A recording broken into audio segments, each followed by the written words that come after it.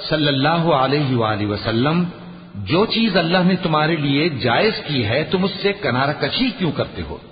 کیا اس سے اپنی بیویوں کی خوشنودی چاہتے ہو؟ اور اللہ بخشنے والا ہے، مہربان ہے۔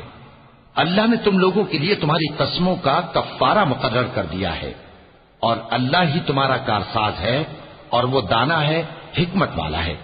اور یاد کرو جب پیغمبر صلی اللہ علیہ وآلہ وسلم نے اپنی ایک بیوی سے ایک بھید کی بات کہی تو اس نے دوسری کو بتا دی، پھر جب اس نے اس کو ظاہر کر دیا اور اللہ نے اس حال سے پیغمبر صلی اللہ علیہ وآلہ وسلم کو آگاہ کر دیا تو پیغمبر صلی اللہ علیہ وآلہ وسلم نے ان بیوی کو وہ بات کچھ تو جتائی اور کچھ نہ بتائی۔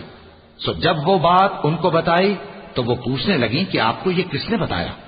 فرمایا کہ مجھے اس نے بتایا ہے جو سب کچھ جاننے والا ہے، خبردار ہے۔